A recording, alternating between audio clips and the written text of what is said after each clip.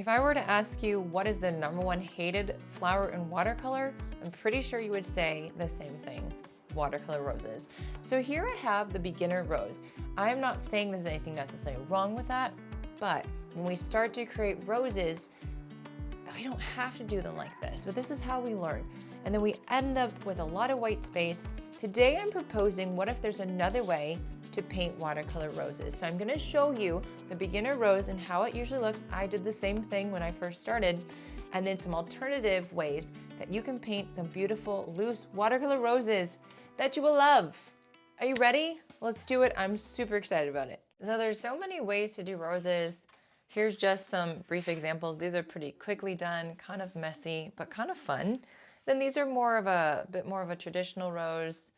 That one is also another option as well. And so how do you do this? Well, let me show you what not to do, okay? And I'm not saying what not to do as in you shouldn't do it and you can't do it. I'm spraying down my paint there. But this is what we'll typically see when a beginner is doing a rose, and we'll just get some really nice concentrated paint, right? Okay. And so there's nothing wrong with it, but if you want to do it differently, I have some ideas. So first of all, we'll make the center of a rose, right? So we do that classic C-curve shape. I'll even dab my brush because maybe I've learned that. And then I'm going to do another little C-curve right here. And then I'm going to go and do a C-curve, and I'm going to go around and do a C-curve, okay? C-curves. And quickly, I'm leaving a lot of white space. I was told to leave white space, and I was told to do C-curves. I can even go press down a little bit more, get some more paint. I was told to make it lighter, so I'll dip, swipe, dab, and so we'll go lighter on the outside of the petals, right? But then now I'm not really sure what I'm doing, and I'm getting nervous, and I'm leaving a lot of white space, and all of a sudden it's sort of a rose, but yet it doesn't really look like a rose that I've seen anywhere. So then I get super nervous and I press down more and I keep making these C-curve shapes, and I'm running out of paint and I'm not sure how much to use. And now I have this rose here that is just, I don't know when to stop. And so then that looks wonky, so then I have to add another one here. And then that one is really big, right? So it's like that classic C-curve shape. We're not sure how much white space, how little, how much. And then I might do my leaves. Now I'm not here to shame anyone. I am all for, we're going to do the C-curve shapes as we're told. C-curve over here, and then we're going to do a C-curve, but then it's too big, so we're going to fill that in, which is fine. I'm not here to shame anyone. I'm just saying there are other ways that we can do this that may be more satisfying in the end. Okay, we'll do a third one over here, and we're just going to go really big, and then we have a lot of space to fill in. Okay, so that's kind of the rose, that classic beginner rose that we all do, that may or may not be what you're looking for, but let me give you a few other options that you can try. So the first way I like to do it is actually use a bigger brush. I'm using a number 12 round. And what I'm going to do is actually paint the whole shape of the rose first. And I don't like red, so personally I'm going to choose a pink. So I'm just grabbing that here. And it's going to be very light, very runny for that, just the base layer. Just making the whole shape, and I'm kind of emulating it based on this one. Kind of like that shape or whatever. So we're just going to start adding in some petal shapes. Just kind of remember the rose is going to be maybe a little wonky. It's going to have some petals that stick out. We're not leaving the white for a center, but just let it be wonky like that, because we're going to add in other colors once we are done with that first layer. Got to add our shadows later. All right, so we've got that one. We can actually start, I'll use the same brush. We can start with our green. So grabbing some nice runny paint here. I am going to dab the brush, and I'm going to create my leaves. And I didn't have much to fill in. I want it to be a little bit pointy because I used a large brush, and so these pieces kind of come together. That one could have been closer. But anyway, I've got 2 leaves over here. Maybe I'll add in A few little spiky bits for some flowers or some leaves right there. A little stem. And then we'll go over here and maybe I'll just go a little bit wonky like that. Just kind of shimmy the brush a little bit. Okay. So I've got that going on. We're going to dry this, and I feel like I just need to add in a little bit more because it's just kind of scarce. We're going to dry this, and then we're going to add the next layer. Alrighty, so then I'm using my smaller brush, number 8. Smaller brush, more concentrated paint. So I'm going to grab by just swirling my brush and get some pink over here, alizarin crimson as well. And I also want to do my middle really dark. So I'm actually going to grab some very concentrated paint right here, kind of mix them together. We're going to dab our brush so that we get the puddle off of here. And we're going to start by making our center, but I'm going to go pretty loose. So just kind of just a little bit. There's my center. And I am going to leave some white space. But I'm just going to be very kind of light, like jumping around. What I'm doing is I'm making some shadows in between some of the petals, okay? But guess what? This is all just sort of, let's just say a crapshoot. I mean, it's not like I'm just like, okay, well, we'll see what happens. But you're using your intuition to try to create some of these marks and to create some depth in your painting. And just, if you overthink it, it's going to be a more challenging experience for you. So I've got some of that over there. I'm going to clean off my brush a little bit, dab it. And then what I'm trying to do is add in some of those shadow marks. And it's hard to know, you know, with a flower, but roses can be really tricky. And so you just sort of sort it out. You try, you see what kind of works, what doesn't work, what do you like, what do you not like. But now we're not doing the whole like leave white space and do your C-curve shapes. Now we've got a whole interesting situation happening where we're going to go back in and darken it up a little bit.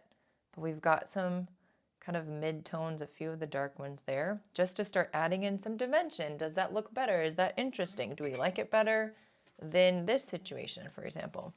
Okay, now I'm going to grab some more green, just grabbing between these two, pretty saturated, and I'm actually going to do some outlining of some of these.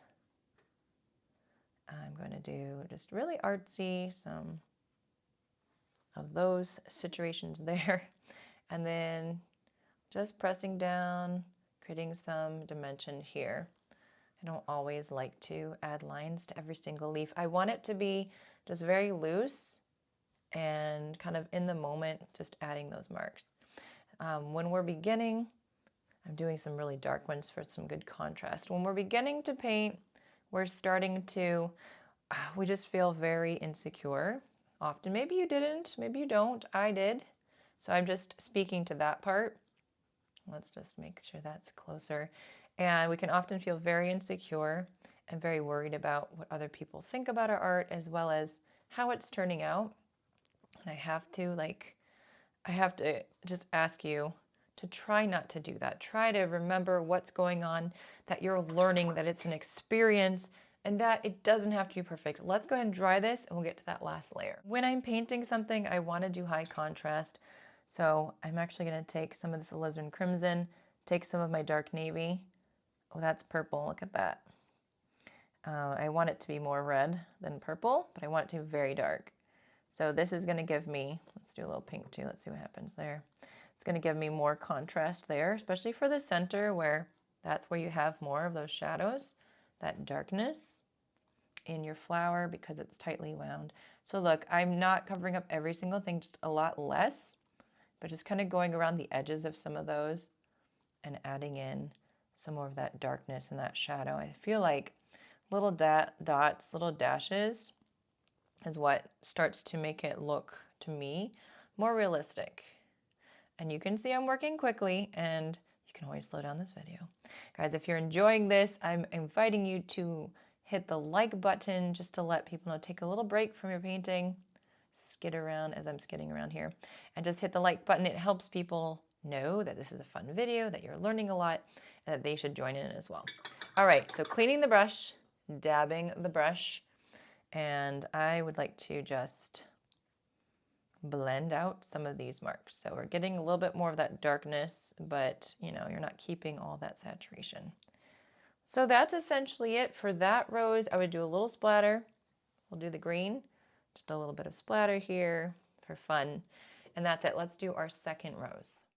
For this next one, I'm going to start with a number 8, so the smaller of the two brushes that I have. And I'm going to start really dark. I think I'm going to kind of use this petal that I already have. Puddle, not petal. And we're just going to do this a little differently. So if you don't like the C-curve shape rose, even doing them less strict like this, where I have, you know, some lighter marks, ooh, there's the hair, some lighter over here versus the dark, and adding in layers, I still don't like that look so much, although it's workable. You got to adapt to what you enjoy. So I've got it dark here, and we're going to start just adding in some of these little lines. Now, did you know that roses have centers? For the most part, yes. And so that's what we're doing. We're adding in the center, the stamen. If a rose is allowed to open all the way, you're going to see a beautiful center. And so we don't want to ignore that part. I think I'm going to dry this, and then we're going to put in our petals just so that we don't get a lot of spreading. Okie doke. So I've got my larger brush now, so we're switching out. We started small and we're adding in the larger. And again, just grabbing some pink, maybe some coral, because there's orange here. Just let that mix together. And we're going to do a rose that has like maybe 5 or 6 petals sticking out. Okay? But I'm going to do this very loosely, leaving some white space. I'm trying not to touch that part right here. Oh, I love that color. That's really pretty. And don't worry about getting these all perfect. We did 5, okay? We did 5. They do not need to look perfect in any way. Just knowing that your roses they typically have very rounded petals. And so it's just something to keep in mind. I'm just gonna go around this here. All right, so I'm going to just start adding my leaves. We're gonna go darker this time. So just dipping in with some really dark paint, doing these little rounded leaves here, here, and then here. And we will form those together with stems too later. And I'm just gonna do more of a looser version there. And then maybe over here too. It's always a kind of a trick to see how many greens do you want to add in. All right, let's dry this and we'll go with our second layer. All right, I'm gonna use that same brush, and I love the color here. We're just gonna go a little darker. So this is a pretty chill puddle.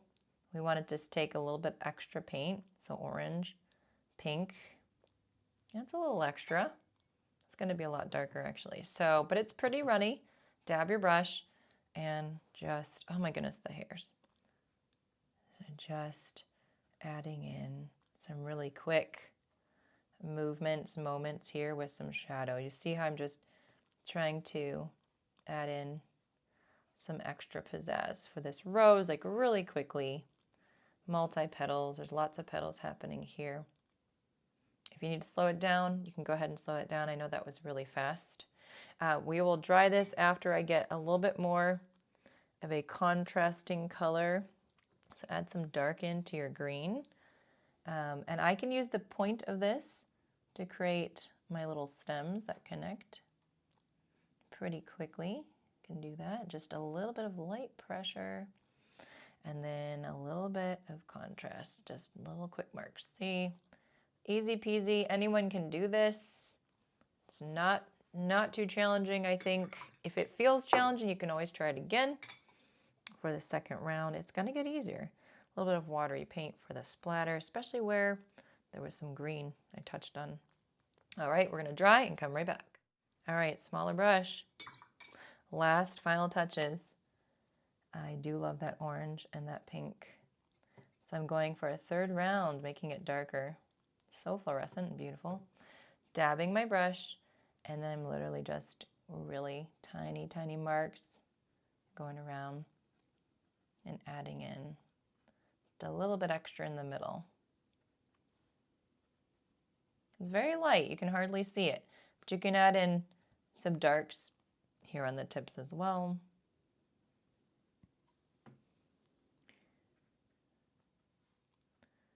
And just have fun with your roses. You don't have to paint roses the same as everybody else. You don't have to paint them how I'm saying to paint them. What I'm saying is, if there's something frustrating about how you're painting something, maybe there are other ways to paint them that you haven't discovered. Let's darken up that center. And, you know, it's worth a shot to just explore those ways. And for me, I like this version better, but that's my opinion. You may not. Let's do a few little dots. You might like the traditional way, then embrace it and do it. But just know that if you're starting to find that you don't like your art, just explore and see if there are other ways to do what you love. So we have our roses here at the end. You can see several different versions here. This one was done really quickly. I'm sure I didn't do it justice enough, but it's the idea that this is that type of rose that we're all taught, and maybe it's time to try something else. Maybe C-curve shapes are good, and other times we can do other things.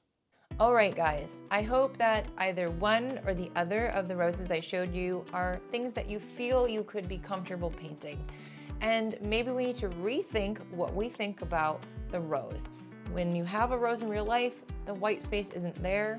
And so maybe you can paint them with the center. Maybe you can paint them fully open. Whatever it is, maybe you find your own style, embrace it. If you don't like something you're painting, you can stop painting it, or you can start painting it differently. You've got options.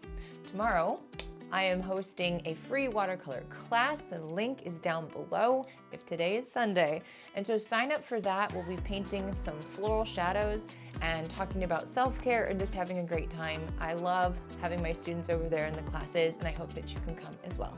Thanks for painting with me. Happy painting and happy mental health.